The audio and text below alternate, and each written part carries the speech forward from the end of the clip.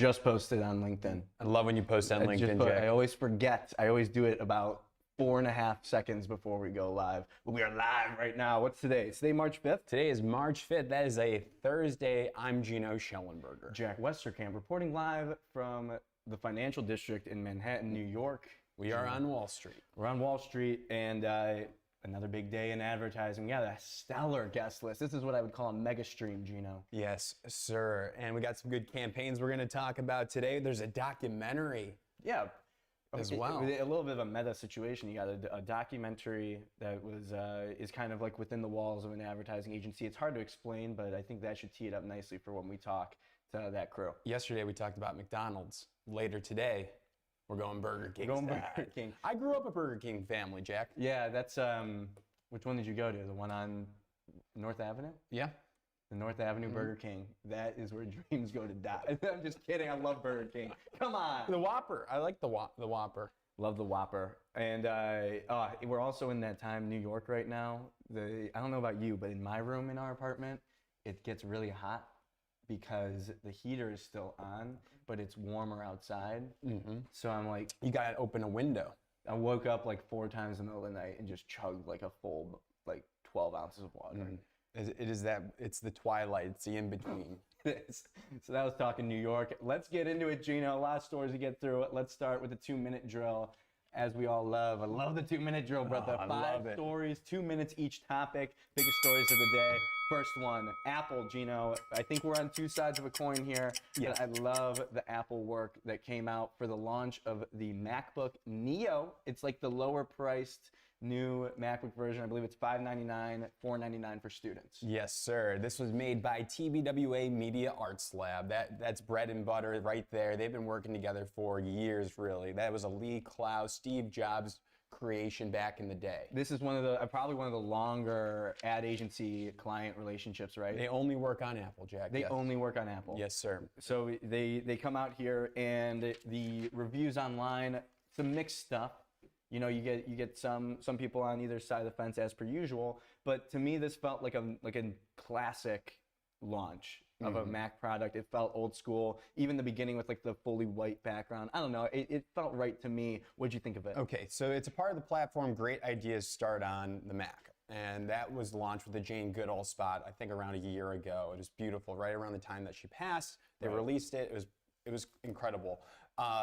For me, on these ads specifically, a little too feature heavy in my opinion. If I close my eyes or you hid that it was the Mac logo and you slapped on, let's say, a Samsung, or you slap on a Microsoft logo, to me, I wouldn't bat an eye. And that's where I was kind of getting at. It felt a little distant to me for the Mac universe. You know what's, I saw this and I had the exact opposite feeling. That's fair. Thought, I was like, I saw this, and just like the way that things were moving, the graphics that they used, like I think I caught that it was I caught it was an Apple ad because of the subtleties of it. I think like the execution, the craft of it, it looks like, yes, it does kind of look like Mac Universe in that row. I'm just talking about the tone of it. I can concede on that. It was just very product feature heavy. It also doesn't help. One of the first shots they show is literally like the titanium, and there's no logo of Apple. So it literally could have been anyone. That is 2 minutes. Up next, Gino. Charles Leclerc. This is me. This is a Jack pick here. You can tell that I help with develop the run a show for this because Charles Leclerc's wedding is one of the greatest pieces of content ever. He gets married to, it's Amanda, right? Amanda Leclerc is her name? Ellie? Yeah, probably. All right. And Charles Leclerc, he's an F1 driver. F1 drivers are the biggest celebrities of all time. Ross? Alexandra is the spouse. Alexandra Leclerc. Thank you, Ross. And it's done by the creative. All the content coming from it is from Charles Leclerc's ad agency, Sidequest, which we reported on.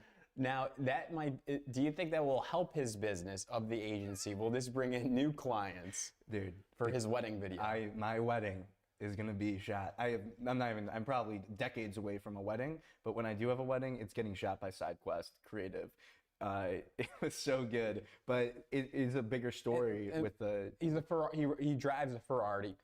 Is this correct? Yeah. So if you go online and you look up this video of him driving a Ferrari away from the wedding. Sickest car ever. He looks dope. They've got like the tracking view. It looks like a Ferrari ad, I would say. So is this a brand partnership? Well, he drives the Ferrari car for F1, so they're tight together. But it's interesting because like you have I think when you think of agencies founded by celebrities, this one makes so much sense because F1 and brands are so integrated with each other. And so pretty much like for all of his projects, he's like, well, I've got my own creative agency to help make this ad or bring this brand partnership to life, which is dope. Absolutely, absolutely. Well, I'm gonna have to check this out here. It seems like F1's You just getting married anytime soon? Me? I'm working on it, but not really close. What was that? Yeah, not even close. You got any dates coming up? That's 2 minutes. The next story. WPP elevates Nancy Hall, Gino. You're flipping. I gotta find the notes for this one. Oh, there it is. Okay, yes. Nancy Hall is going to be the CEO effective immediately of WPP Media. Remember here, they did that little bit of restructuring, this like kind of organization. So she is going to be running US. So she is going to report up to Brian Lesser. Brian Lesser is stepped into that role, and then there's kind of like this vacuum for WPP Media US, and so Nancy's coming in. Nancy is getting some endorsements. I feel like I haven't seen this. In the Adweek article, there's like a couple paragraphs dedicated to like CMO endorsements of this hiring, which I have not seen before. And one of the endorsements was Brad Audette. That is the guy over there, CMO for Mazda. And if you remember, when we were at Cannes, this past Cannes, we did a fun interview. Ross, let's pull up the clip of the Mazda here. He's probably not going to be able to pull it up in time. But endorsement is great. Endorsement, and you get a couple CMOs to say, like, this guy or this person is really good. So Nancy coming in with some momentum. It should be in the run of show, Ross. Yeah, we probably won't get to it. We'll cut our losses there. But replacing Sharb the Barb Farajami, remember that that name? Yeah, he gave. Sharb the Barb was the old U.S. WPP Media CEO. But again, this is a situation where WPP in a massive overhaul, reorganization, restructure. This is another leadership move to get them one step closer to like what WPP 2.0 might look like. WPP Media had some losses and some wins recently. Losses include Coca-Cola, Mars, and Paramount. They had just recently won Jaguar Land Rover. They got SC Johnson as well, and Norwegian Cruise Line. So some wins. Was the Estee Lauder, was that Media? I think it was. I don't have that in my notes here, Jay. I think it was. I think they also just won Estee Lauder Media, 33rd largest advertiser in the world. So there's momentum. There's momentum. There's momentum. So we'll see. Best of luck to Nancy. Feel free to come on the show whenever. Last story. Gino, Mr. Clean is back. We got Uber Eats here. Oh, my bad. Shit. It's okay, Jay. Uber Eats, I'm a big fan of this campaign here. It's a part of their Get Almost Anything campaign. We know you can get Uber Eats like buffalo wings for the game, for food, for football, right? But this campaign is talking about other things that you can get on Uber Eats outside of the food realm here. And they're making this with special US, Jack. This is I glaze a lot. So it's hard to, like, how do I go above glazing? That's where I would put my affinity for the Uber praise, Eats. glaze. Praise, glaze, amaze. Amazed. You're amazed. I'm amazed. Right? Yeah. So, this is a fun one. They have a good formula for this campaign here. They take the product names like Burt's Bees, and they kind of reverse engineer that product names and take it so literally. Let's get Bert from Sesame Street.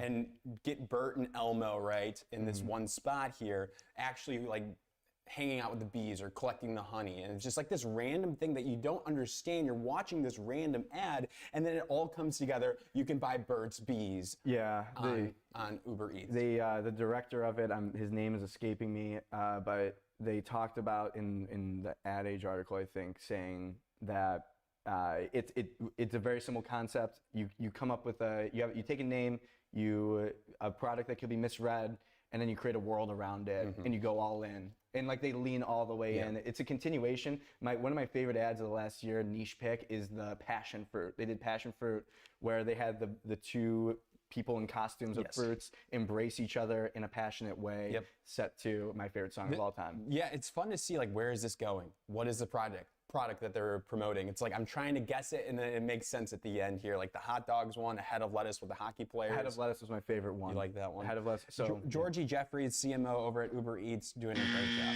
Yeah, special U.S. Uber Eats, great relationship there. Last one here, Jag, arguably the most important story of the year so far. Potentially. Mr. Clean is back. Did you know he was gone? Well, 2 weeks ago, he announced his retirement on the brand socials for Procter & Gamble company there. Said he was retiring, and 2 weeks later, they brought him back. It's a larger story, Jack. Mascots dying, retiring, coming back to life. We saw it with the Duolingo owl, where they killed off that owl. Do you know how the Duolingo owl died? No. You're gonna love this. Remember, collision with a Cybertruck. Oh my God. That's how they killed off the Duolingo owl, brought the owl back. And then we also saw this a couple years ago with Mr. Peanut. Car crash. Oh, yeah. Car crash of some sort. How did Mr. Clean, did they say how Mr. Clean? Just a retirement. Okay, a little bit more of a PG version. So this is a larger... P&G version. Yes. Yeah. Larger story here. And I think they did an unretirement party here in New York City and brought content creators. Why did we not get invited? I'm not sure. Yeah, I mean, that is beyond me. But the real thing, I didn't know that Mr. Clean was gone. To be honest, it didn't catch wind. I don't think that caught, like, at least my algorithms. But bringing Mr. Clean back, I don't know. It feels like now, if the next time a brand, I think we're done. I think we can get rid of, like, the retirement party and thing. I think that shtick has probably now been overdone.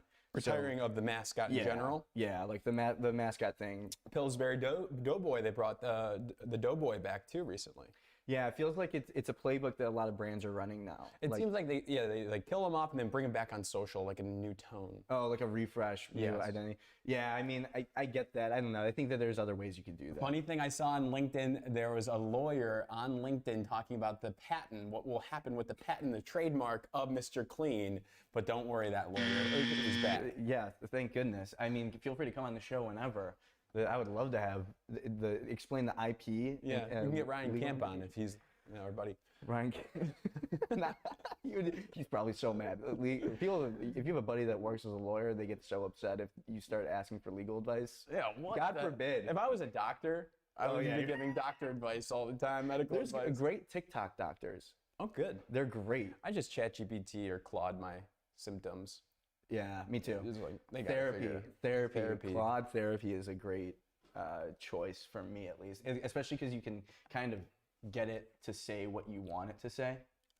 Of course, you can be like, this isn't. It just reinforces what you're. I'm not terminal, right? And they're like, absolutely not. No, yeah, you're good. You're good. Probably good. What do we got next, Jack? Next up, that was the 2-minute drill. Follow us on social media. Follow us. Yes. Yeah, Breaking and Entering Media. We're live Tuesday through Thursday, 11 a.m. to 1 p.m. Eastern. Also, this episode's brought to you by Smooth Media. We'll get more into that later. Shout out to Smooth Media. But our next story, big guests for us. Gino, who do we got? Okay, so this story here is Graza. You know, the olive oil brand that is a cult favorite, ladies and gentlemen. Well, they have a largest ad campaign of all time that they recently launched called Seriously Serious. It's a platform campaign, and within that campaign, they're launching, you guessed it, Mayo. Where we got this? Seriously Serious, Graza, Nice and Frank. We got the crew here, Gino. I'm excited about this. It's a great campaign. I'm just going to start. Should we just change the name to Nice and Serious? Ooh. That's good too. We could. Nice and Serious. Now you're cooking. Now you're cooking. Thanks, chef. That's what it's all about. This is the kind of agency brand dynamic you dream of, Gino. Yeah, that's good stuff here. Let's get into it. I want to know what the ask was. What was the brand saying to the agency about this project from the very beginning? Andrew, this is you, my friend. No way. This is so you because okay, I got this. When they were like, we're really inspired by some of the work from this agency, and they did the Aura campaign. My first question was, how much is it going to cost? So I'm not. I think it's better from you. What did our talented creative team come to you guys and ask for? Yeah. Amazing. Okay, well, you guys, Graza has an incredible internal creative team. this group of honestly absolute powerful female creative energy going on over there. And they had reached out 6 months earlier, and we started this dynamic of just kind of sharing inspiration with each other. We weren't even working together for the first couple months of knowing each other, which I think is like a very beautiful way to start an actual brand partnership. And when you guys had the Mayo launch coming up, a new product coming out, it's absolutely delicious. The team reached out again and said, maybe this is the time. So it all goes to say that timing really, really matters. And it was like the big moment for you guys. You wanted to make sure you didn't just have a one-off kind of thing, that we're actually building something that feels like a long-term creative platform, so that you guys have more product launches coming down the line, not to give away anything. And so how do we make sure you guys are set up for success there? And that was kind of the main brief, like give you guys something that we can use for a long time for many other products to come. So that's how Seriously Serious was born. It's a great platform, and it makes sense, right? So the Mayo launch was the impetus. It was like, we should do something, and then you guys came up with this platform that is all encompassing for new things. That's it. Yeah, I can add to Laura's amazing explanation, and it's that we actually, like, launching into a new category for us was very difficult, because we had built the brand based on an obsession with olive oil. So then you started to unwind that, and you focused on the word obsession, right? Instead of focusing on the word olive oil, we worked with Nice and Frank to say, well, what is it about you guys that makes you special? It's how obsessive you are over the things you create. You're obsessive over your olive oil, but you're also obsessive over your mayo, and you're also obsessive about what's coming next. And we really needed, first, I think when we first reached out, to reset up the brand platform to be able to support it. And then we needed a creative partner that can help us deliver on it in a way that there's a through line through our visuals, through our messaging, through our obsessiveness, through our concepting, that supports all these new categories. That's badass. And you talk about Graza, you know, a top 5 olive oil in under 4 years, Andrew. I mean, you've set up, you've dominated olive oil. What gets you excited about the Mayo category? Top 4 olive oil brand, mark your words. It's already contentious. It's already contentious. It's seriously serious. No, It's seriously serious. No, And thank you. Thank you for checking me, Andrew. No, you work with Nice and Frank, and you just go up a spot. You know, that's how it works. There you go. I like that. I like that soundbite. That's my affiliate commission. That's my affiliate commission statement right there. I think what excites us about, we like things that you touch a lot. I know that sounds weird, but you touch our olive oil a lot. You're very likely, if you're someone that cooks, or a lot of people work from home now, you're cooking at home. It's like a breakfast, lunch, and dinner thing. So you make eggs in the morning, you make, a salad for lunch, and you make some salmon or chicken or tofu or whatever, and sweet potatoes for dinner. And that all involves in olive oil. So it's really difficult to find something else that meets that criteria. But, you would have logically thought that we would launch vinegar or something. But it takes someone forever to get through a bottle of vinegar, and you're not using it every single day. So there are use cases of mayonnaise as the number one, global condiment, right? There's a lot of new condiment flavors, but mayonnaise is king. Like, that excites us. And the amount of oil in mayonnaise excites us. That's where our olive oil gets involved, and we work really hard to make our mayonnaise out of our oils instead of what's standard to the industry. So yeah, it's kind of the size of it. We like a big challenge. Are you? I'm amped up. Amped up. I'm amped up. Did you know that Mayo is king? I did not know that, but it just all made sense to me, Andrew, when you said that. Like, when we were in Amsterdam for that just a little subtle. We were in Amsterdam for first time ever. Yeah, what were you dipping your fries there. in? Of course, what are you dipping your fries in there? Yeah, all over the world, they're dipping their fries in mayo. Totally. They're dipping their fries. We're dipping our toes into this campaign. Laura, question on the creative. We hear a lot of the times this talk of, you don't want the ad to look like an ad. This feels very cinematic, and it feels like, I got a similar feeling of like watching the aura work, and that was very cinematic. This feels very different from an ad. It doesn't look like an ad. Was that even better than that work? It's even better. And Laura, but I like Andrew. I like this. I like the comments. But I guess the broader question is that a specific approach to make something look cinematic? And then how do you even go about achieving that? It's a good question, mate. I think the premise of not making something look like an ad, it's an interesting one. I think if you start out wanting that, you fail. But I think if you start out going, okay, what's the truth of this campaign? What's the thing that's very tangibly real, and have some fun with that. And so for me, honestly, it was so inspired by kind of what Andrew was talking about around the word obsession, absurdity. Like that visual style is leaning in on like Dutch angles, which are super absurd. You know, we have these kind of, you know, highly characterized people, these bizarre names. Like that to me all comes from the fact that like Graza is obsessive. Graza is absurd with how much they care about something. So the cinematic style needs to copy what the truth is of the product, which is that we take ourselves so serious it's nearly silly. And that's why that look is actually permissible for this campaign.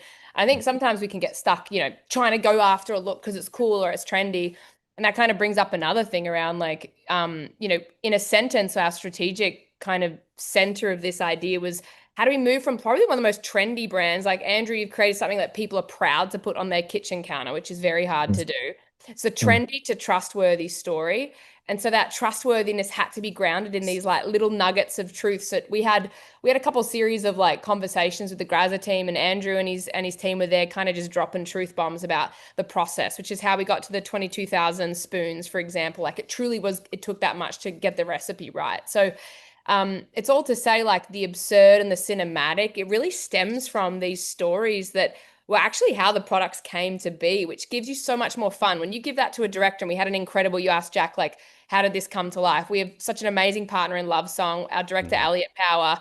He takes the worlds that you give him and then he just blows them up. And he did that on this one. And we were super lucky to see the world of, you know, Graza through his eyes as well. And the brand has this other term, and Andrew, maybe you can speak to this a little more because I found it fascinating. We came to visit your offices. There's all these signs around that say the Grazaverse. Like it really is like a world that you guys are building. And so we felt like there was a lot of pressure on us that we needed to make sure we lived up to in like, how do we actually visualize the Grazaverse? And it needs to fucking stand out. It needs to be really interesting and feel different. And that all of those things, I guess, equal kind of doesn't really feel like an ad, which of course we're very proud of, but it's kind of all the layerings of those things. But I don't know, Andrew, if there's anything else you want to add around the Grazaverse and your vision for it, just it was such an inspiration for us, you know? I mean, I think that was very well said, and I think that we needed to create a prompt that didn't force you guys to change us in a sense, but it forced you guys to evolve us. And I think if we could have given the prompt that's saying, "Hey, we are too trendy," right? And even though we're proud of that, like to be trendy, you have to be a trendsetter. The thing is, no one gives you credit for being the trendsetter. They just critique you for being trendy after the aftermath. Fact. Yeah. Yeah. So we're like, we know we're dealing with that. But if we would have said, you know, what we want to talk about is quality, quality, quality, our practices, but we did it in a very literal way, we would have ripped away from our identity.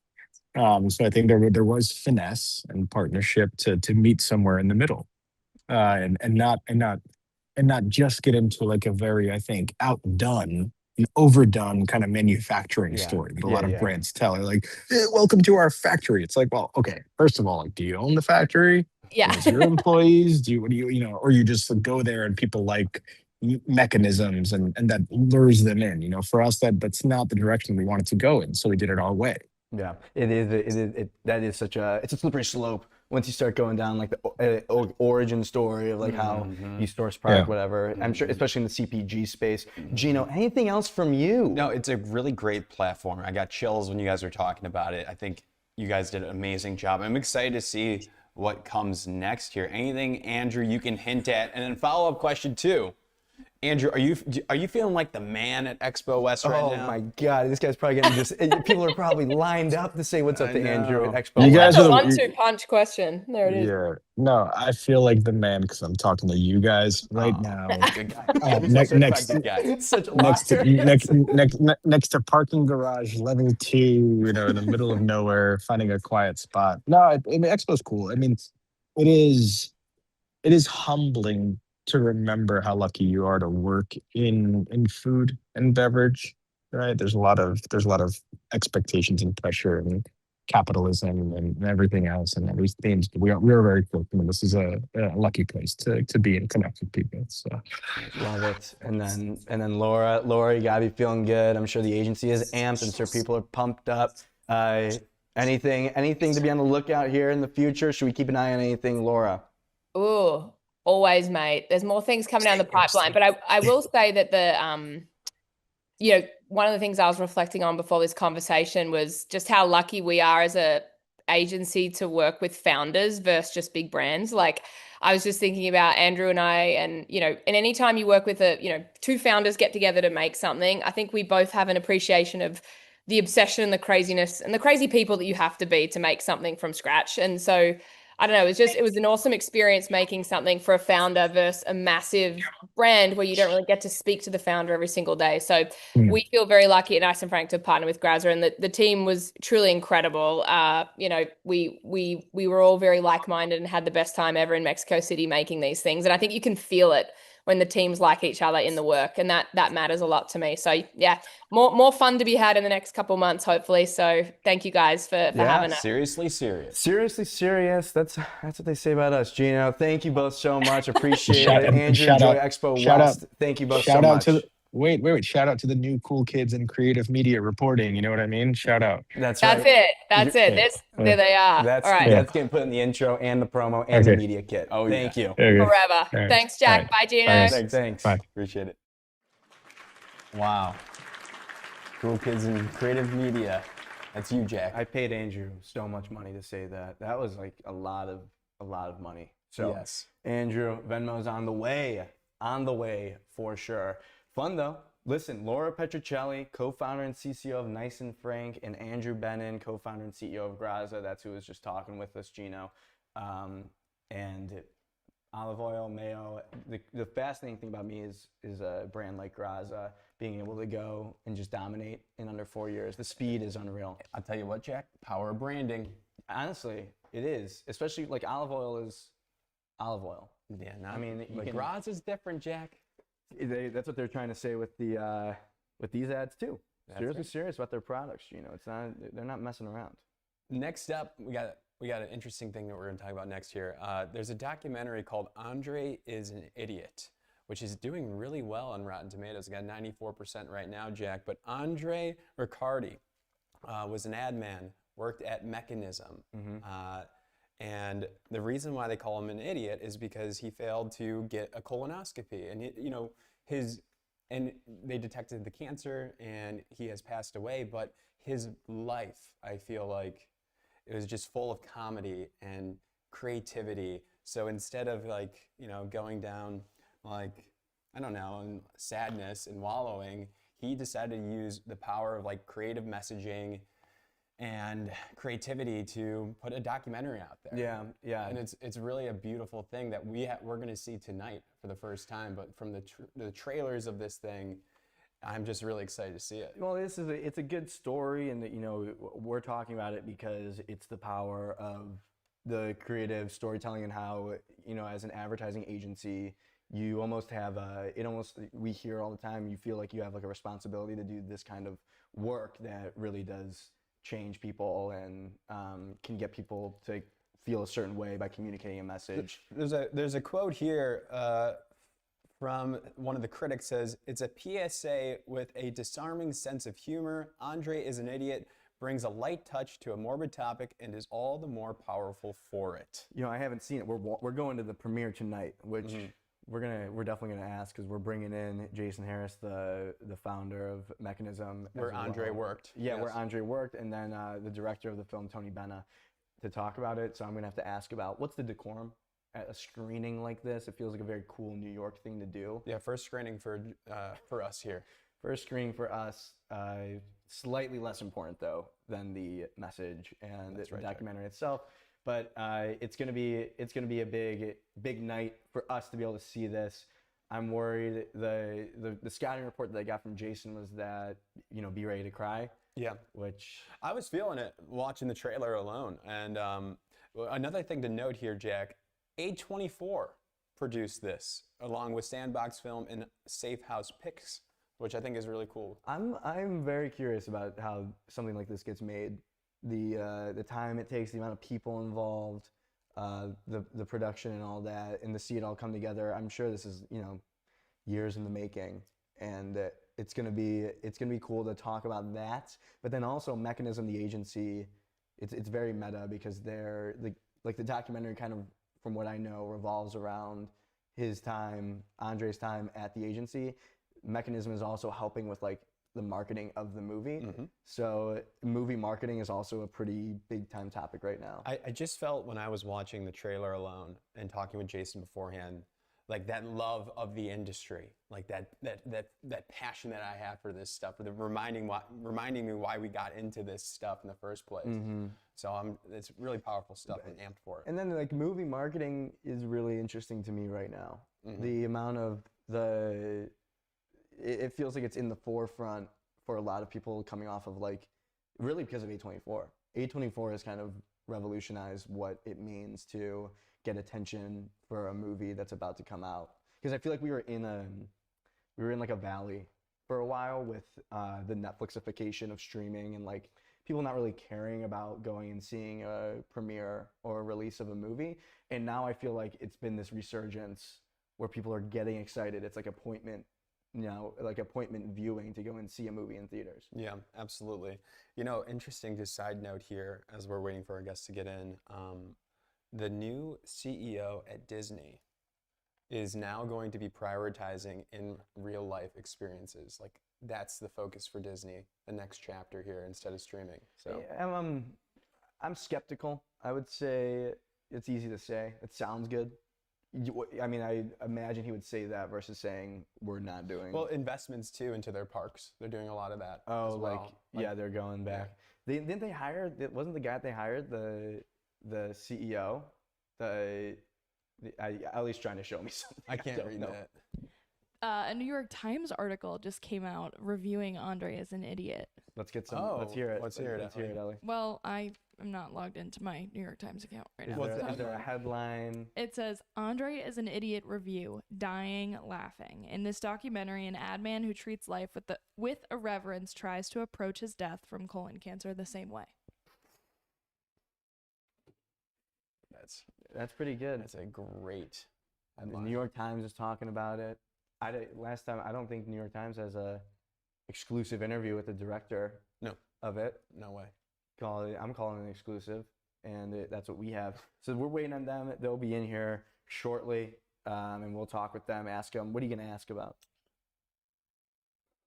You can't put me on the spot like that. Well, you're about to be on the spot. I want to ask, what was André like in real life? And is it synonymous or is it parallel with what the documentary shows? And I'm assuming it's going to be yes. And then, I'm interested in the documentary game. You know, I listened to this podcast, the Telemegatron or whatever, Telegrammatron. Do you know what I'm talking about, Ross? Tetragrammatron. Tetragrammatron. That's the Rick Rubin podcast. And he interviewed a documentarian about and asking about, you don't know where the story's going to go. You need to give the story space to develop it itself and take it in a direction you don't know. So I'm going to ask about that. Like, did you know, figuring this out as the documentary kind of unfolds and you're following along the whole time, were you surprised how it all came to be? That's also what the Saucony global director said. He said didn't know how long the film would be, but they just went with it. Would you be scared, Ross, if you didn't know how long? I'd be scared but eager to take on the challenge because it could be, 60-second spot. It could be a 10-minute film. You just let the process take you where it needs to be. Ross, when you're in a creative rut, what do you do to get out of that creative rut? Take a long, hot shower. Water helps me think. So I do that first. I do the same thing when I have a nasal issue because of the steam. That helps too. Opens up the nasals. So Gino is going to live call Jason Harris right now to see if we can get him into the live stream. You can do speaker. I'm going to do speaker after I have to. Tell him it's live. I have to do that.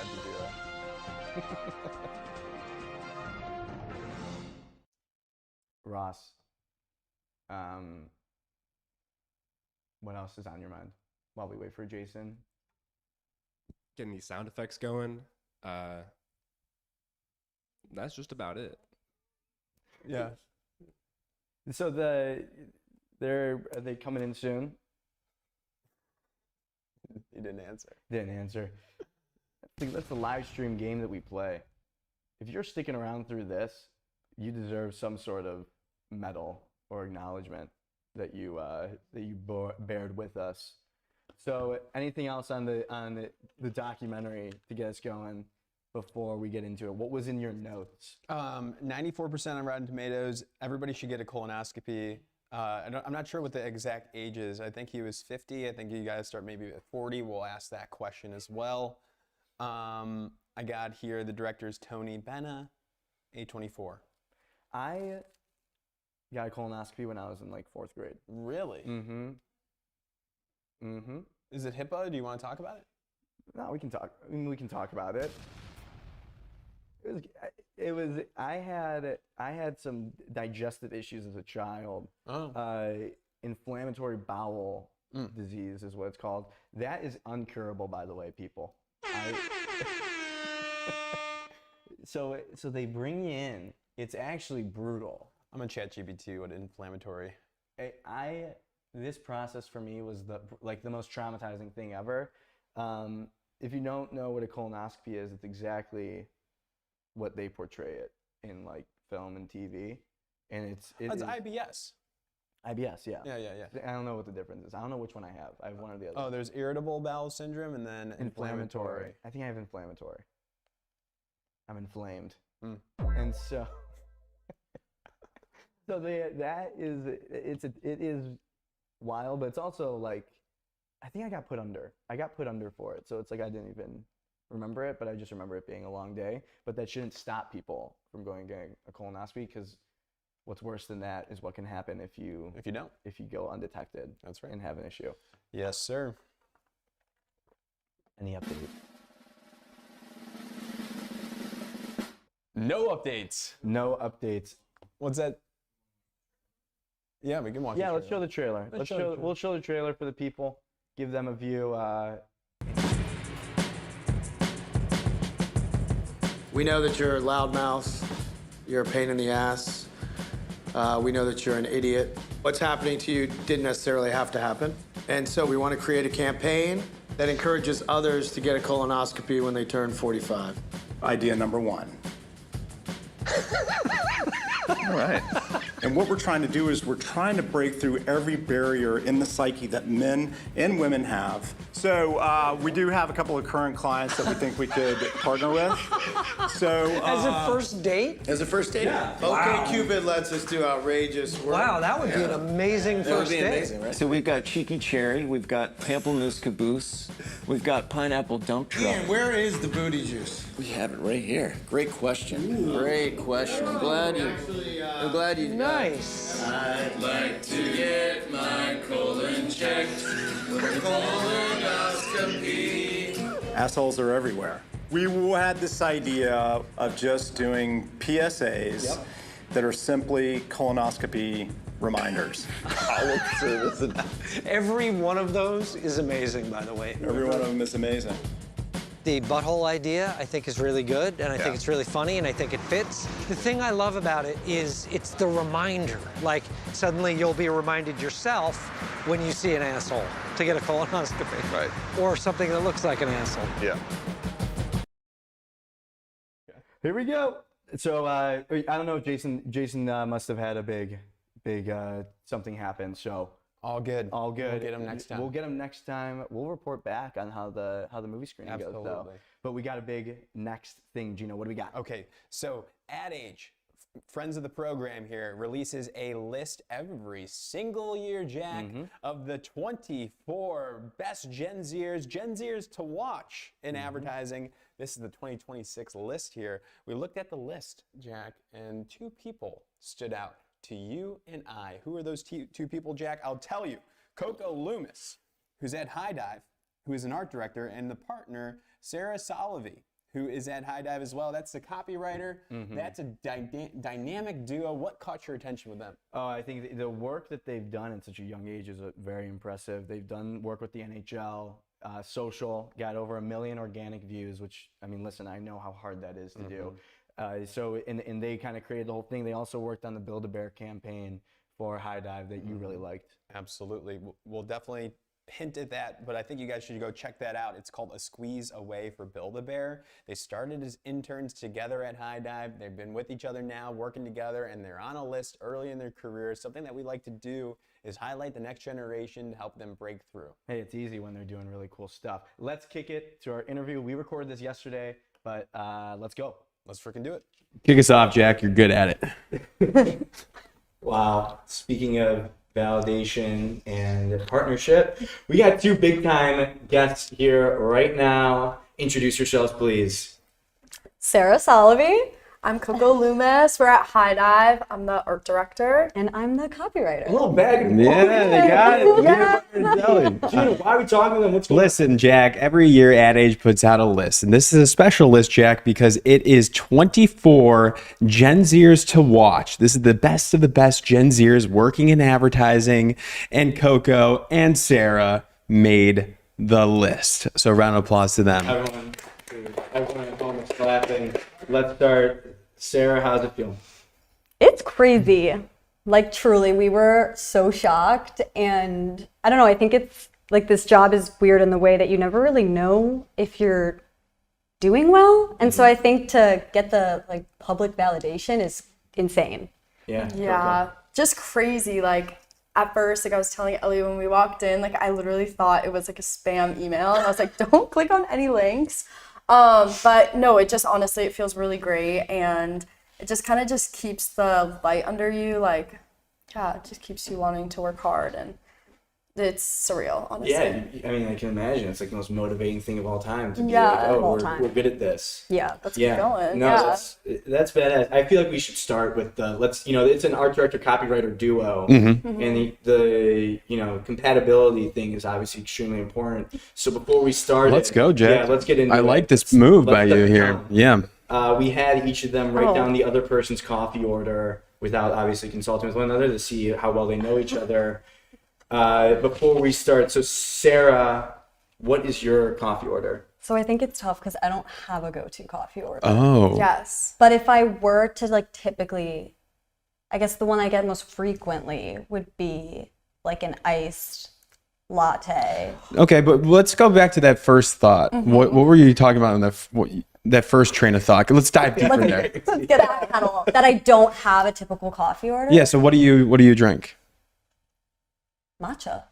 And let's reveal what Coco wrote down for Sarah's coffee order. She wrote down she is gonna get a Matcha. Yes. one for one. Oh my God. Moment. That was incredible. Oh my gosh. Yeah. Love that. Yeah. Well, coffee was on my mind, so I wasn't even thinking about tea. Matcha's Yeah. tea. Well, she knows you very Thinking well. about what you would get if someone's like coffee order. And Matcha. Yeah. Wow. Love it. One for one so far. And Okay. Oh my gosh. we had Sarah try to say what Coco's coffee order was. Coco, what is your? Okay, so I guess I'll do like a generic and then like a niche because I don't know if you'll get. But like generically, I would probably say like a large iced latte. Sorry, I didn't put the size And down. then, but I love the Charlie from Dunkin'. Oh, I should have put that. Okay. I thought I was gonna freak out because Sarah, on purpose, Yeah. put iced vanilla latte or cold brew. Oh yes, I do love both. See, I love coffee, so She walked up this morning at the airport at like 3 a.m. with a whole big cold brew. That's this is amazing. true. Where'd you get it from? The Great American Bagel Shop in Terminal 3 at Of course. O'Hare. It was great. Okay, so you two are both partners at Highdive, which is a great shop here. You guys are on this list now, and you're known for some amazing work already in your career. How long have you been working at Highdive, real quick? About since September of 2024 for full time, but we did the internship the summer of 2024. Oh, so intern together? Were you partnered up as interns? No, we weren't. Yeah, but brought on together. Wow. Yeah. So you've been partners since September of 2024. Yeah. Yeah. Incredible. And in that time, you've done some cool stuff. The one that sticks out to me that I love, that I saw, the work for the NHL. Yeah. The NHL work. Let's talk about it. The video.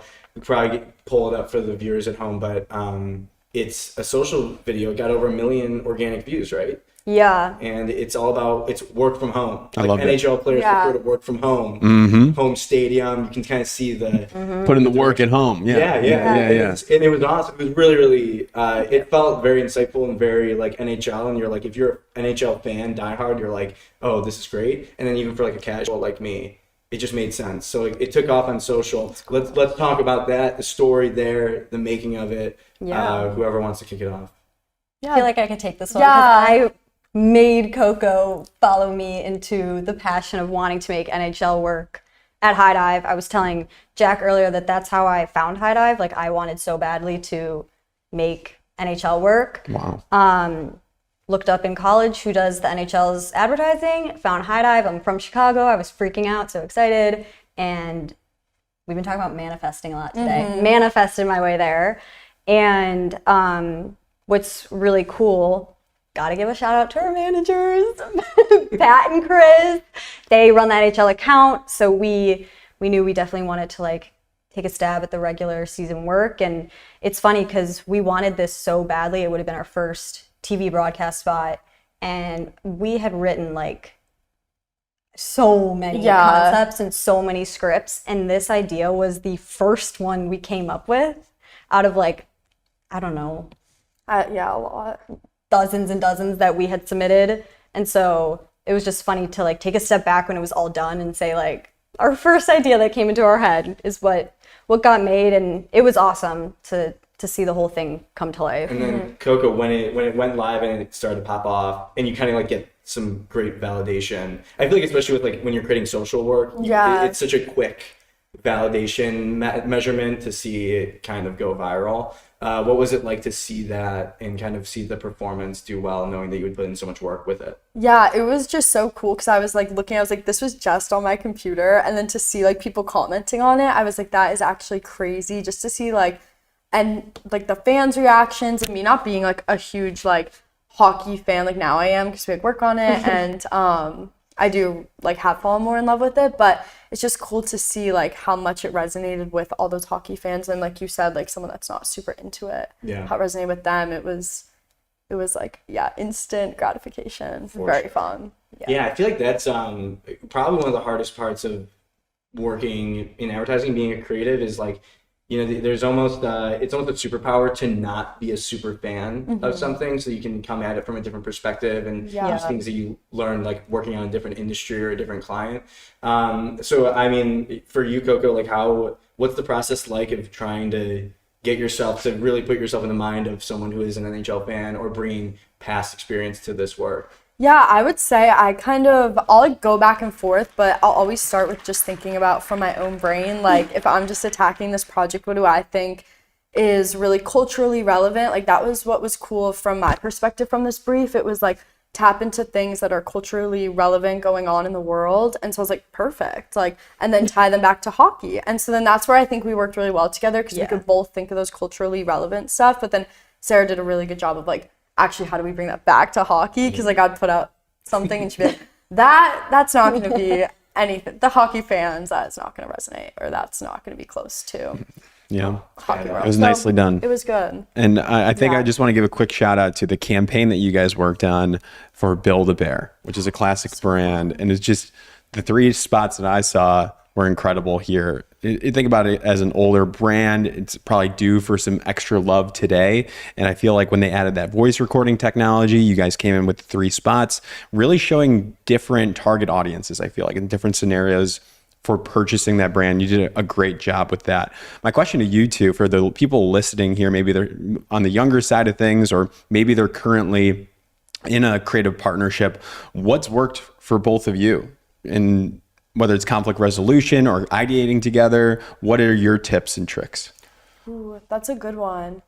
I would say maybe like off the bat, like what just came to mind is like always keeping our like techniques like new. I would say like we'll go in stages of like brainstorming for like an hour together, and then we'll go in stages where we're like, okay, we need a break and we need to take a minute, brainstorm on our own, and then come together. And I would say like that has been really good for us. Like we don't have like one system built in place, and we always change it up with the briefs. Yeah. I think something else too that works really well for us, was kind of hinted at when you were just talking about NHL, is that we are like, our brains work very differently. Coco's more like sporadic and is okay to break the rules. And fun fact, I was actually a past account person. So I'm very much like sometimes a stickler about like, but that's not what the brief says. And it's nice to be able to like balance each other out, because she brings out the thinking in me that like pushes me out of my comfort zone. And sometimes if she gets like too far away, I help like reel her in. And I think that just those two like completely different ways of thinking it works really well together. Yeah. Oh, Incredible. Oh, it's just great. Just Incredible. It's just great. And then you get put on this list.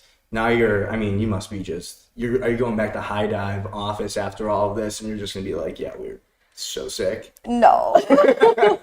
That's how I would Beaming. be. That's why I would be just a terrible. No. Terrible. No, but it's gotta be exciting. Congratulations to you both. Anything else from you, Gino? No, I think when we were emailing back and forth with some of the Highdive team, they spoke very highly of you both, that you'll be leadership in the future very soon and just like crushing the industry. So we'll have you on the shows, I'm sure, in the future as you continue to rise up the ranks. Thank you. We'd love to be back. Yes, this is all so crazy. So thank you guys so much. Like, Hey, bump it. Bump it. Team Yes. on 3. 1, 2, 3. Team. Team. And on with the rest of the show. We're back. Gino, breaking news. Programming update. We got to talking with Jason and the crew. There's a little bit of a mix up on the Zoom links. We all can relate to that, right, Yes, Gino? yes, sir. So we're gonna have them in at around 12:10 p.m. But before that, we're gonna be talking with the Burger King CMO and Mo Saeed here in the next couple minutes. And before that, what do we got? We have an ad read, ladies and gentlemen. Come on! Shout out to Smooth Media, ladies and gentlemen. Look at that brand new logo that they have. It is beautiful, ladies and gentlemen. But let's talk about Smooth Media, Jack. What do we need to know? Knowledge creators. That's who they represent. They are the representation for knowledge creators. They're also the representation for us, Gino, here at Breaking and Entering. So what are the verticals that they cover? Oh my gosh, Jack. They got tech. They got AI. They got entrepreneurship, finance, design, engineering, product, HR, marketing, cybersecurity, film. I'm going to say marketing again, Jack, because that's what we do here. They cover it all. If you're a creator, you want to be in your own world, you want to focus on creativity, you can work with Smooth and they'll help you out to get those deals. Shout out to Smooth. Shout out to Smooth. Shout out to Smooth. And you can hit them up if this applies to you. You're a content creator, you're trying to be a content creator, hit them up at hi@smoothmedia.co. There's no M at the end of that. Hit them up at hi@smoothmedia.co. And if you want to sponsor this show, also hit them up to talk about sponsoring this show, because they also represent us. So we're excited about that. That's right, That Jack. is what is up. And what a moment. What a moment. We did it, everybody. Can we get a round of applause in the studio? It is wonderful. So for those if you missed it, if you're just joining, programming update. We will have Jason Harris and Tony Benna. Tony Benna is the director of André is an Idiot, new documentary, just got featured in the New York Times. We're seeing it tonight. They will be joining us right after. In the next couple minutes, we're going to have Burger King CMO Joel Yashinsky and Mo Saeed. Mo Saeed's the founder of Mojo Supermarket, ladies and gentlemen. Shall we get into the intro for that? Yeah, we can talk about it. We can talk about the burger battles. The burger battles, Gino. We talked about yesterday, McDonald's. We talked about how their CEO had a little bit of like a blunder.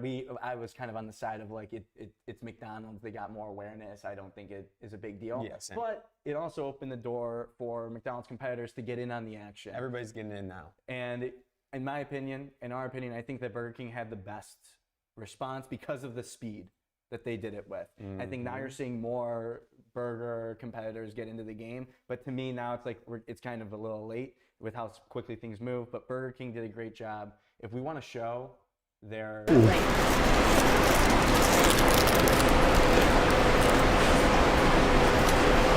Not bad, right?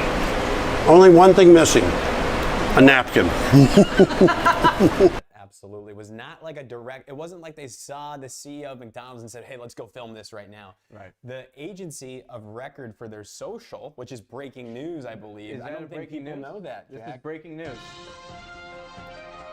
Mojo Supermarket is the social AOR for Burger King, ladies and gentlemen. We did it. We finally got one. Breaking news. We finally did it. Here ladies and only, gentlemen. exclusive to Breaking and Entering, Gino. That's right, One more Jack. time, say it again. One more time. Let's get it. Get me a sound effect. Mojo Supermarket is the social AOR for Burger King, ladies and gentlemen. Okay, so they've been working with them for some time now. We'll find out exactly how long they've been working together here. But they basically compile a lot of B-roll, and they've been doing social stuff with Burger King, and they had this in their back pocket, this big monster bite from Tom Curtis, CEO of Burger King. So Mojo and the team had it in the back pocket. They saw the video and they said, why don't we just repost this little clip here, just so happened to be at the right time and place. So that's why I got so much attention. You got to be quick in the social game, Jack. You got to be quick. I think we're waiting on them. 5 minutes. I can fill this up here. So some things to know as well. Burger King revamped the Whopper, Jack. Did you know that? They got a brand new bread and different type of mayo for the Whopper. But the issue that they were having is when you got the Whopper in the past, it was wrapped up in like paper, right? But now they got a clamshell for it too, so it doesn't get smushed. Oh, what? Yeah. Wait. The Okay. clamshell package. Yeah. You see this in other. Chick-fil-A fast has it, foods. right? Like, yeah, like Culver's has it, that clamshell. McDonald's, I believe, has it for the Big Mac. Now Burger King has it for the Whopper.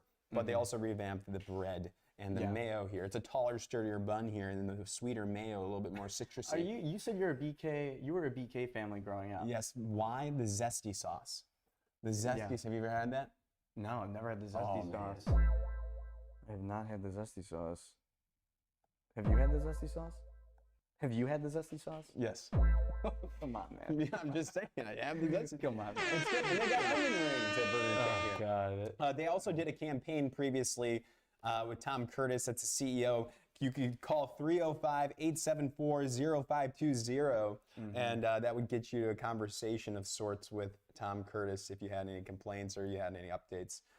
That was helped by Mojo Supermarket too, I believe. So they're working hard over there, working on their social. The social might be the next phase of AORs. Yeah, you had this prediction yesterday.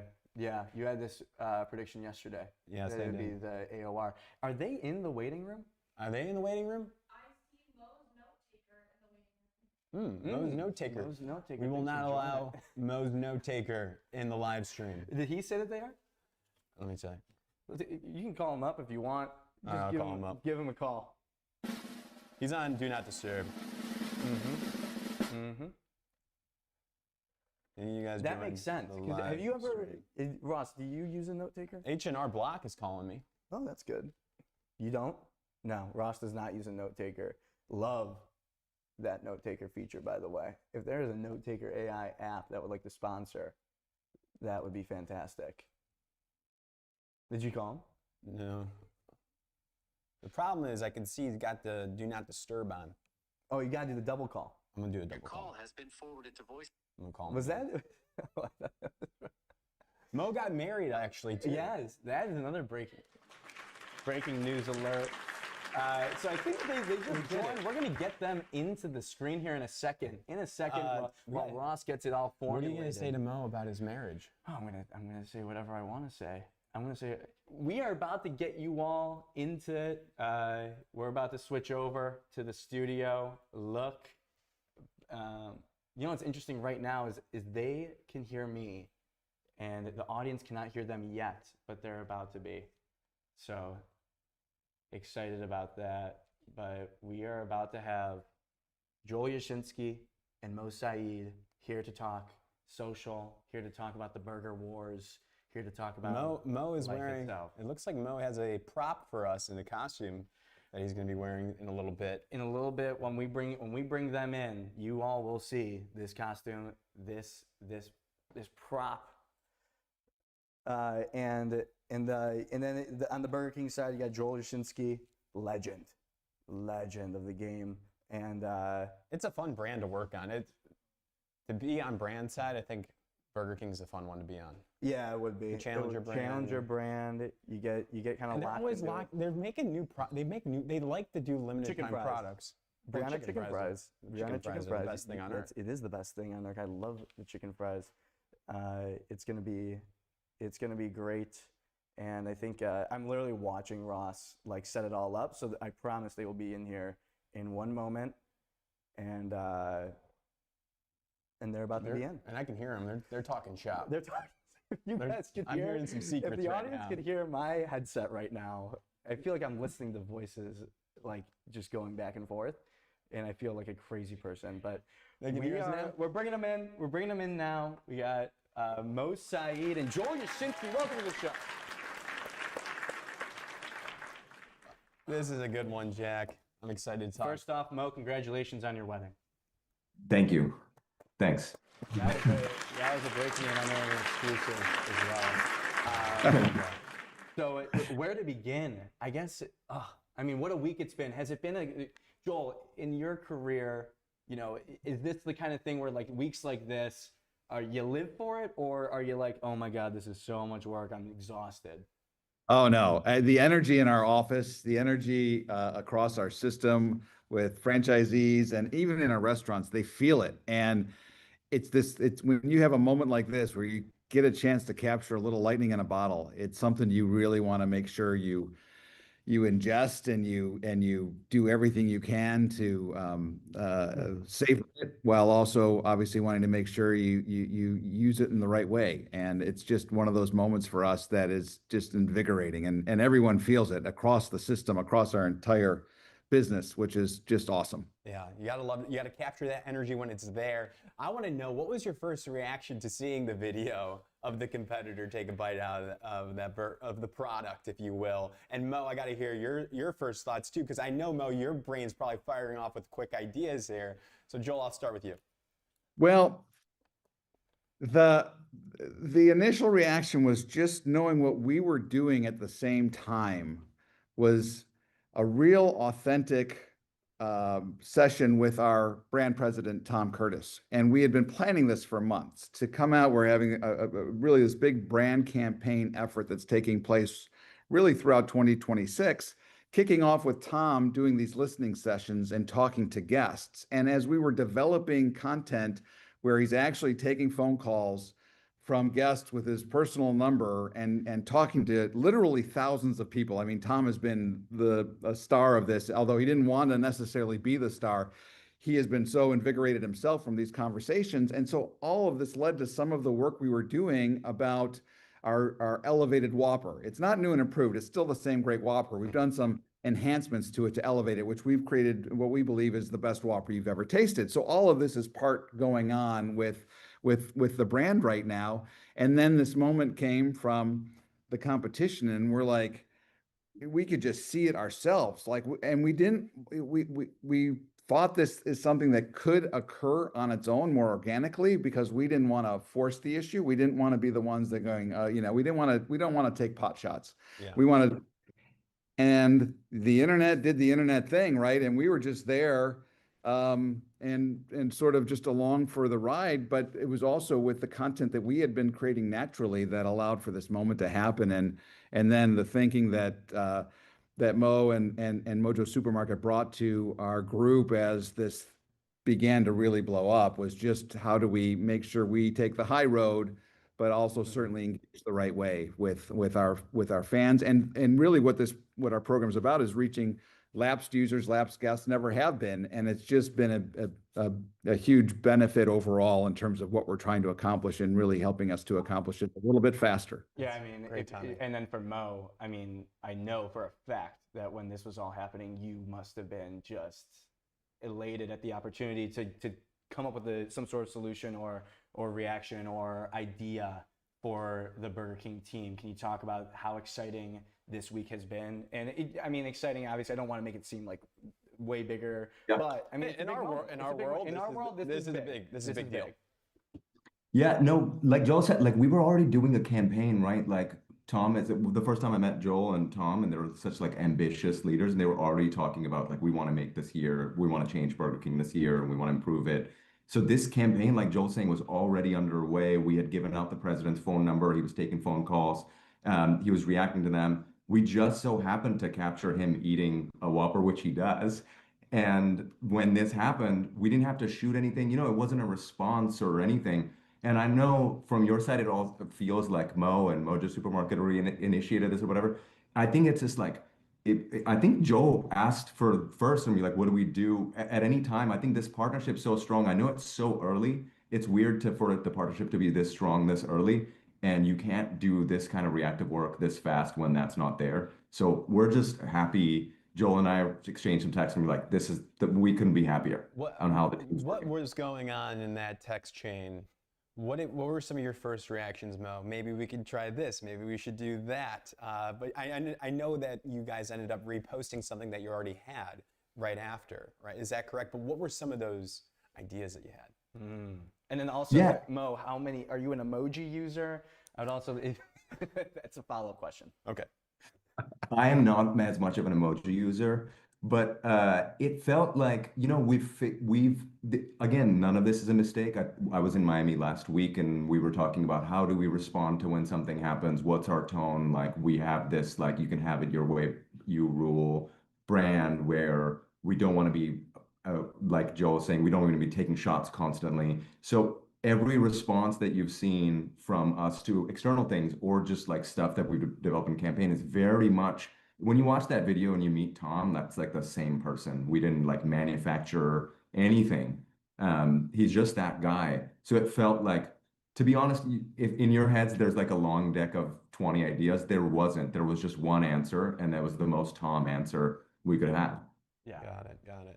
And I mean, this is for Mo. This Burger King story. Jack, you read my mind. Has been coming up for a while. Gino, I think you got something for the audience. I did to some show. digging, Jack. I'll tell you what, I did some digging here, and I'm not going to say how I got this, but Mo has been wanting to work on Burger King for quite some time, going back to 2020, an email we found of Mo reaching out to the Burger King team. Ross, could you please pull that up and show the folks about how predetermined this was? Yeah, so he's got it up on the screen now, and Joel, you're not able to read it, but essentially, Gino, what's the gist of the email? Let's see. I think it says, what does it say, Mo? I can't even freaking see it, but it's like, we want to break the internet. Mojo Supermarket wants to break the internet with Burger King. Please, please, please, please, please give us a shot, please.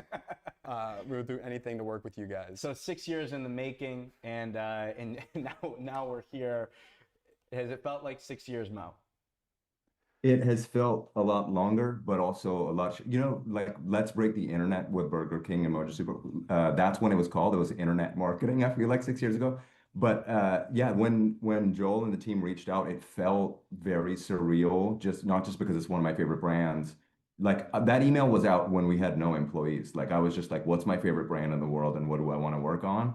And what do I want to do for them? It was like internet marketing for Burger King. And 6 years later to be like sitting here with Joel and doing this together is like that's what we did this week, right? We were trying to break the internet, and it's just a dream come true. Yeah, write down everything you want in life, and yeah, it'll manifest. It's great. It's great. Yeah, go ahead, Jim. I got to ask Joel.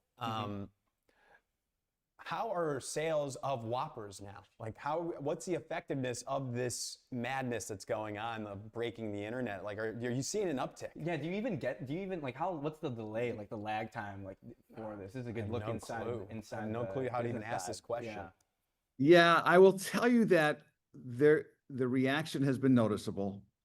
The reaction, and again, what we were doing the 2 weeks ahead of this week was rolling out the new procedures in our restaurants, making sure the teams in our restaurants were trained, working on all of the operational components of Burger King, which is what we've been doing for the last 4 years, which is really all about this brand campaign in 26, because we've been working on our operations and our experience, our technology, our restaurant remodel program. So all of this was building to this year. And so then all of a sudden, over the last 6-8 months, we've been working on this elevated Whopper, and everyone had started to notice that, one, you were receiving the Whopper now in a clamshell box.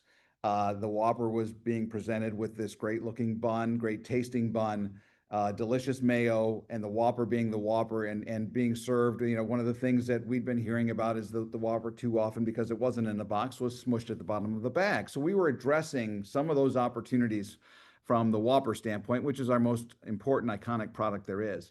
This has certainly helped us recognize that. And the comments we've been seeing right before this all happened, and obviously since it's all happened, is people recognizing the difference in the investment we've made in the Whopper. That investment is paying off for us. We're seeing really much better comments on Reddit. We're seeing much better comments on all of social media. That is turning into a lot of people coming in to try the Whopper again, which was the goal of this campaign a year ago. Was, all right, how do we get in those customers that are telling us those guests who haven't been to Burger King in 5, 10, 15 years. And then there's a generation that's never been. And so all of this is happening at a magical time for us. And so there's definitely been a response, and that response certainly kicked up once this all happened this past week. Absolutely. I have a big question. Ooh, I love a big question. I've been thinking about this question for a while, and it maybe applies to both on the agency and the brand side.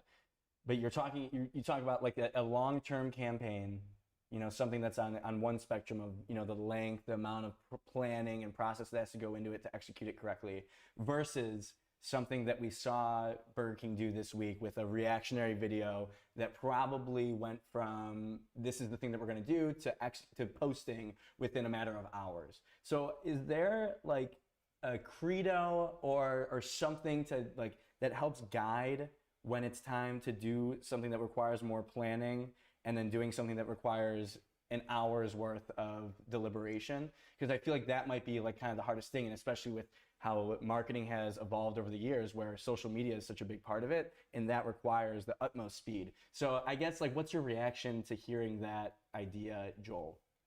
So I'll jump in first, and then Mo can certainly add on. But at the end of the day, when it comes to something like this, speed wins, and you've got to minimize bureaucracy as much as possible. So that is something certainly that you learn over time, that if you're going to be in the moment, you have to go as quickly as possible while also being thoughtful. So you don't want to make a mistake and ruin an opportunity or come across in the wrong way. So you have to be thoughtful, and you have to have good thought partners.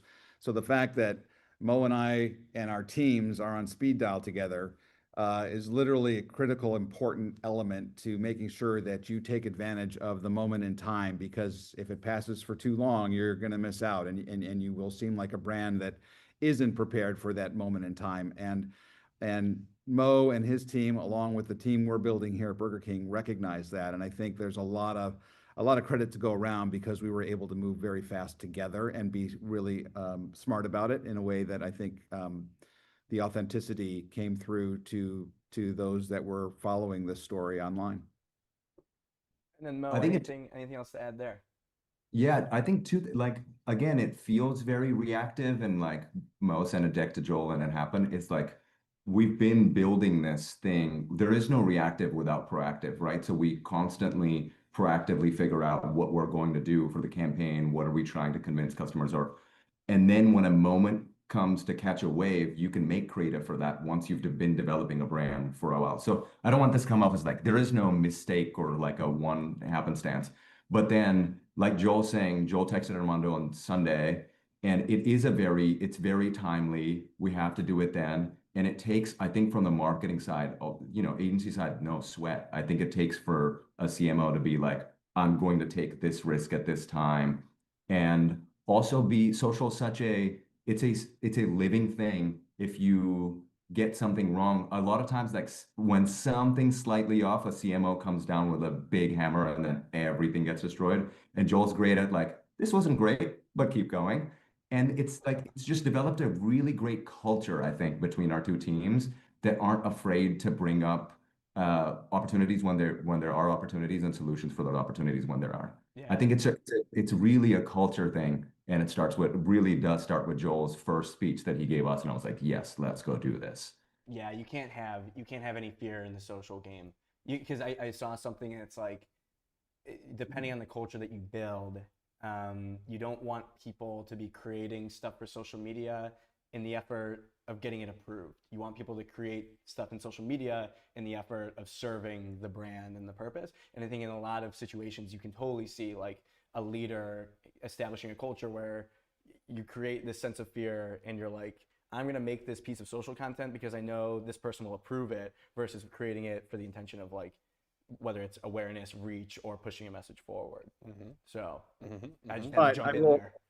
Mo's being very gracious, but there has to be a built trust as quickly as possible, and Mo and his team have built that trust with us so that we can do that. So again, it's not trying to be patting each other on the back, but you know, when you have a collaboration and a partnership work like it's been working as quickly as it has, it just gives you more and more confidence.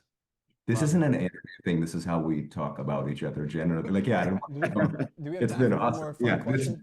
We have time for yeah. more. So on the topic of relationships, I understand this is a social AOR with Mojo Supermarket and Burger King. And I also understand that, Mo, you recently got married. Do you have any dating advice for Jack in New York City for either of you? Oh boy, great partnership. Like Joel said, great communication. Joel, I would love, it's somebody, Jack, find somebody you would love to hear from on a Sunday, whether it's Joel or my wife. I would love to hear either of those texts. So find somebody you want to hear from all the time. Joel, anything to add there? You know, as someone who's approaching his 30th year of marriage, I would just say the one thing that's always guided me is find someone who believes in you to the utmost, that you can do anything you want. And that also holds true with your relationships, with your partnerships at work. Really, you know, Joel, congratulations first off on 30 years, but it did feel like you kind of were dunking on me right there by mentioning the fact that you've been in a happily successful 30-year relationship. But I won't. That's just my reaction. Never dunk on you. If that came across that way, Joel, come on, no. Congrats.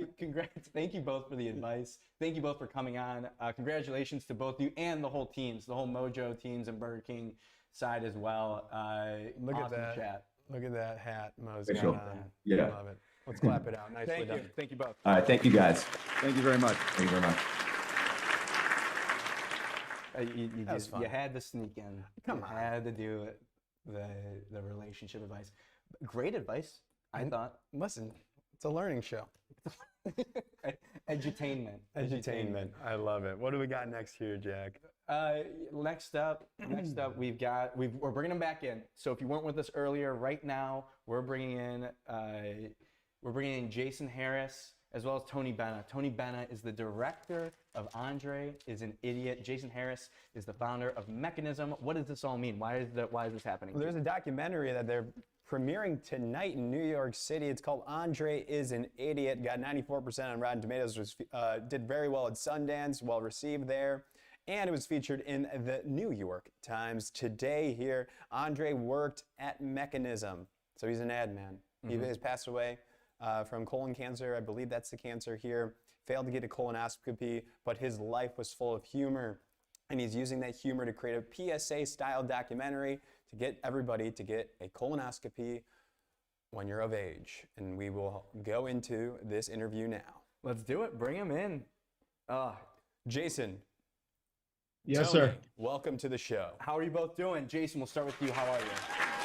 I feel fantastic. I'm really excited for the screening tonight. Well, we're excited to be there. And Tony, how are you doing?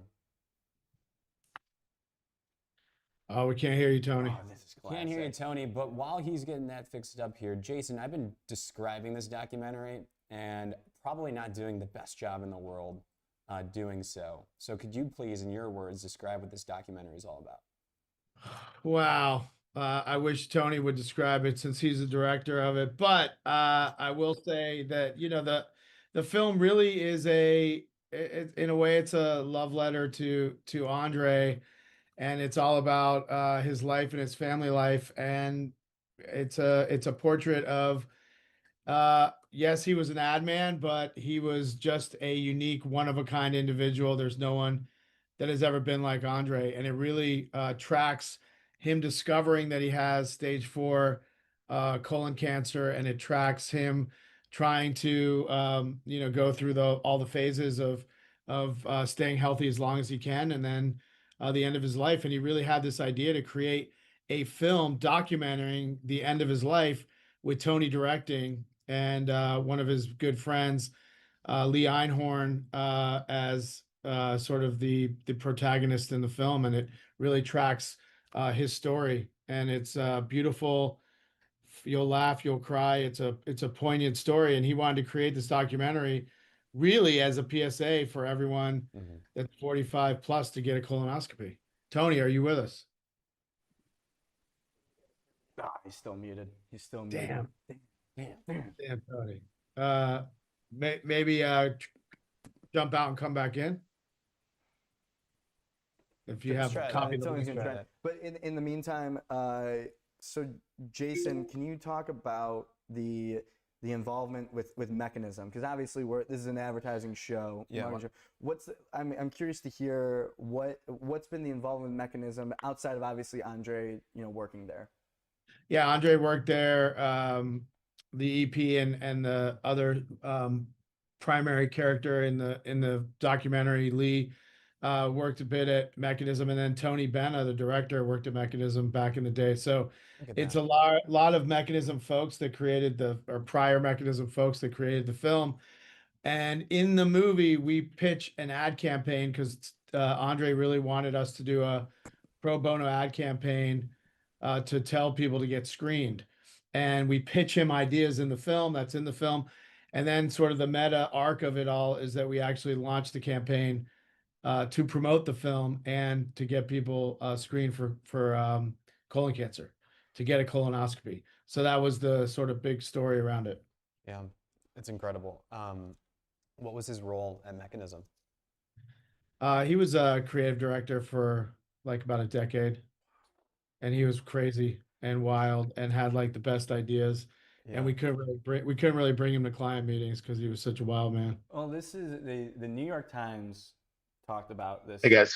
Oh, yes, Tony is with us. Sorry about that. I had to try like 3 different browsers there. I apologize. I'm gonna stop talking, Tony. I think Jason, it seemed like you did a pretty good job setting it up, though. But yeah, what questions do you guys have? Yeah, great. Sorry, I missed the beginning. You're all good, Tony. Tony, you're the director of the film, and you have a prior relationship. I guess I'm curious. This is like kind of a movie nerd question, but directing a film about someone that you have a personal relationship with, with all your other experience, how was this different? What made this experience for you special or different or unique? Well, I think that because I have had a personal friendship with André before making the film, it's why we were able to paint such an authentic portrait of him, which I think is what people really latch onto. It's one of those films that's like you really get to know who André was in about 90 minutes. And I've had so many people say to me, I feel like I got to know your friend, and that's like such a gift. And the fact that it's going live into theaters tonight, it's opening in theaters here in New York tonight, and then across the country in 70 markets. It's like the whole world's about to meet my friend André, and there couldn't be, that just makes me so happy. It makes the effort seem worth it. He was such a one-of-a-kind person. You meet someone like André once in a lifetime. And so I also felt just really honored to be involved in the creative process and just to be able to hang out with him for those 3.5 years during his journey with cancer. Yeah, I mean, we're excited. Gino and I are going to be there tonight to watch. Nice. Yeah, so excited about that. But the New York Times said it was disarming. Disarming in terms of it being like, it's emotional, but it's also funny. Mm-hmm. And it sounds like that's almost a reflection of André as someone who worked in advertising. And so, what's your reaction to that? Is that what you were going for when you were directing and putting the film together? Or were you kind of like, we're making this, who knows where it's going to end up? Let's just document it and figure out along the way. No, from the very first Zoom I had with André, he sent me an email and said, I've got a really fun project for you. So I thought it was going to be an ad, of course, because I'd worked with him directing a lot of his ad projects. And I get on a Zoom with him and he's like, you're going to love this. I've got stage 4 cancer and I want you to make a comedy documentary about it. I was like, what the hell are you talking about? Do you really have cancer first and foremost? Because André, being André, you never knew if he was joking or not. And instantly I knew that was going to be a really hard line to walk, that line of comedy and tragedy. But, I also thought pretty quickly, cancer is not funny, but André is one of the most hilarious, brilliant people I've ever met. And if anyone can make this journey funny and engaging, it's André. And I feel like our film's not even really about cancer. I keep saying it's a film about André. He just happened to have cancer while we were making it. And, cancer was almost secondary in a lot of ways because it really is a character piece. So I think he brought a lot of the humor. But I think last thing I'll say about that is during the edit process, there was always a few voices from some of the production companies wanting to fit it into like the sad cancer film box. It's like, oh, it's got to be sad. We got to have people crying all the way through. And I'm like, but that's not André, and that's not what we shot, and that's not what the footage we got. And also, André would have hated that film if it was a sad cancer film. André would say to me, if it's not funny, I don't want to do this. Yeah, right. And yeah. And how long, Jason? How long, or for Tony, how long has this been in the process of being made? I started filming in 2001, beginning of 2001. So it was 3.5 years of filming and a year of post, and then it's been a year on the festival circuit, and we're finally releasing in theaters tonight. So. Gotcha. And then seeing the reaction to the positive feedback from it. 94% on Rotten Tomatoes right now. Got a high Metacritic score as well, being featured in Sundance for 2025. Did very well there. Produced with A24 as well. I guess I just want to ask how you guys doing? How are you guys feeling right now as we head into the premiere tonight? Well, I woke up this morning in New York to the New York Times. We got the Critics' Choice Award for the film. I knew that they were going to critique the film today, so I was a little nervous the night before the opening, hoping it'd be a good review. So the fact that we got Critics' Choice, I'm over the moon. We made a documentary, and when I started this journey, I thought at first I'm just going to capture André's crazy stories for his kids and his wife, so they have them. I didn't think it would ever, become this big. So yeah, it's unbelievable. And then Jason, for you, how are you feeling? It's got to be a big moment for you in the agency as well. Yeah, I mean, I just feel really blessed that we at Mekanism were able to partake in a small part of the film and a small part of André's life. And I think André always had fucking crazy ideas like this, and the fact that he's like, let's make a documentary, I'm dying of cancer, and he talks about how dying of cancer is surprisingly boring, and he just has he's just so André. And it's a kind of a long-winded way of saying that in his wildest dreams, I don't think he would have expected the film or his story to do as well as it is and be so big, but it would be like a dream come true. And we're just really thrilled that we can be a small part of honoring his legacy and his life and his uniqueness, and that he gave the world. Well, gentlemen, thank you so much for coming on and talking about this. I'm going to ask, where can people see it? What are you going to ask? I had one quick question. Yes, sir. This is Gino and I's first time at a screening. Oh, good question. So I guess I'm curious. Let's talk decorum. How do I come into this? How do we approach this so that we don't, we act with a sense of class? A screening is cool. This is a cool New York thing to do, and we've never done it before. So just maybe a quick run through, Tony. How should we approach this? I mean, just approach it like any social event. There's not gonna be a red carpet. We're at Film Forum. It's a pretty small venue. But come in with an open mind, obviously, and get ready to laugh. I mean, get ready to meet our friend André. It's a wild ride, just as it's been for Jason and I being friends with them. And I'm sure you guys touched on the campaign before I got on, right? Yeah. That Mechanism. Okay, great. Yeah, no, we're excited to have you tonight, though. That's amazing. I'm so glad you guys will be there. And you'll get to see us pitch the campaign in the film. So I know that'll be fun. That's gonna. We're gonna be the only people that are what was your the only ad nerds there? Yeah. What was your favorite part? Oh, when they pitched the ad campaign. Of course. Yeah, get ready to laugh as loud as you've ever laughed and cry as hard as you ever cried. I love it. I'm due for it. Let's do this. What is the Jimmy Valvano? If you laugh, if you cry, and if you think, that's a full day. So shout out Jimmy V. Shout out to André. We're so excited. We're looking forward to it. We'll let everyone know how it is. But go check it out, right? Guys. Go check it out. Congrats. Thank you guys so much. Thank you. Thank you. Wow. So that was André is an Idiot talking with Jason Harris and Tony Benna. Tony Benna, director. Jason Harris, founder of Mekanism, agency that André worked at. Mekanism helping out a lot with, obviously, the promotion side of things. Wow, what a show. That was a good show. Good show. We got through it. We got it. We got an ad read in there. We got an ad read in there. We got through halftime. We got through rescheduled there. We did a programming update, our first ever programming update. Breaking news. Just shout out to the production crew back there. Yeah, thank you. Nicely done. The live show, episode 2, has been just a pleasure, and we had some great guests. Before we jump, this is we won't be back live until next Tuesday, Gino. Tuesday, Wednesdays, Thursdays, live from 11 a.m. Eastern to 1 p.m. Eastern time. The biggest names in advertising, talking about the biggest stories in advertising here, 11 to 1 p.m. Eastern, every Tuesday, Wednesday, and Thursday. You can stream it on LinkedIn or YouTube. I recommend either one. Yeah, or X or TikTok. Or X or TikTok. And then this will be available if you want to send it to someone who was busy during the day and couldn't listen to us while they work. It'll be on Apple, YouTube, and Spotify forever. And thank you to Smooth Media for sponsoring this episode, presented by Smooth Media here. Go hit them up. And then real quick before we hop off. Of course. Ross, this weekend, what do we got? The Met on Sunday. Confirmed? Confirmed. Congrats. So this is, Ross is going on a date on Sunday. It's true. I'm pumped for him. A scale of 1 to 10, how excited are you? 11. Jesus. Jumping out my boots. Are you gonna wear boots to the date? If it's raining, I might. Oh, but you gotta check the weather. Weather dependent, yeah. Yeah. Can we get a weather forecast? I'll look up the weather. How do you, Gino? Thanks, Gino. What's up, brother? How do you feel about a second date at the Met? I don't know.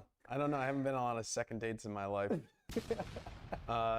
No, I think you gotta. If you like them, you can do more, right? Like that. I think so. It's a good. I would probably go dinner to drinks, and then third date like an activity. That would be like my gut reaction. JR, what do you thumbs up, thumbs down on that? Thumbs up. You step into the mic. How do you feel? How's that? I mean, I did a Red Sox game second date once, like 3 rows behind. Pretty soon. It was That's a little big wild. commitment. I don't mind easing into it a bit. Yeah. Dating corner. I can't believe we need to just integrate this into like the middle of the show. for dating advice for you. Yeah. Yeah. I think we should we do like, when we have those situations where we have to like kill 5-7 minutes, should we just jump into like dating corner? Yeah. Like we need some sort of segment that's like Tobias time. Yeah. Who's Tobias? Tobias. Tobias. Did you know any Tobias? I knew a Tobias growing up. What do you got this weekend? What are we doing this weekend? I did a generator, like a spin the wheel random New York City generator for what neighborhood? Neighborhood to go out? Yeah, and I spun it, and we got Lower East Side. That's where we live. So we will be going out to Lower East Side this weekend, Friday, Saturday, Sunday. You'll see us out.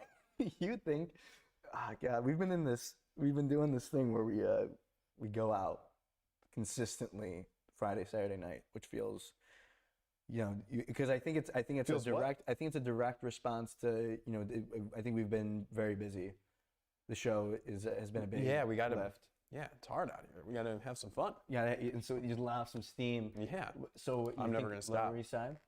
Yeah, I think I'm gonna go out Friday, Saturday for the rest of my life. Yeah. If anyone has Because what are you gonna do? You stay in? No, I not could in our watch Sopranos. I'm watching Sopranos. Oh! And I can't stay in that apartment too long. I get too tiny. No, yeah, Especially it's getting warm. Yeah, I'm going out Lower East Side. All right. Well, we got to figure out some new bars. Mm-hmm. There's so many, and we go to the same ones. Home is where the heart is. Well, that's all we got. Thank you, everyone, for tuning in. We'll see you Tuesday. We'll see you Tuesday. Have a great weekend. Stay tuned. Next episode, we'll find out about Ross's dating life.